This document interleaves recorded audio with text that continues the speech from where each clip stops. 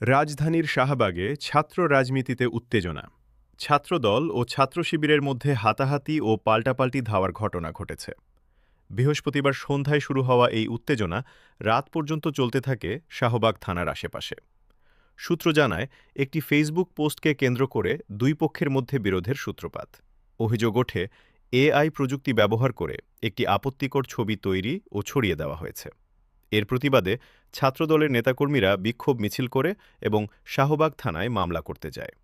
অন্যদিকে অভিযুক্ত পক্ষ দাবি করে তাদের নামে ভুয়া স্ক্রিনশট ছড়িয়ে অপপ্রচার চালানো হচ্ছে।